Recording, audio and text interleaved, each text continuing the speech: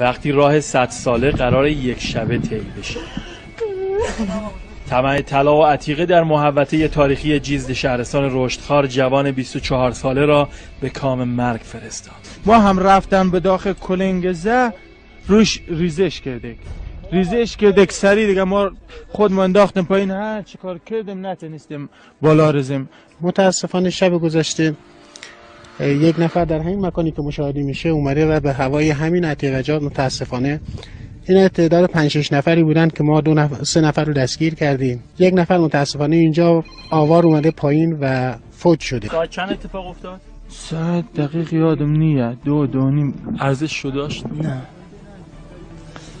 بیزار زندگی و همه چیز شده.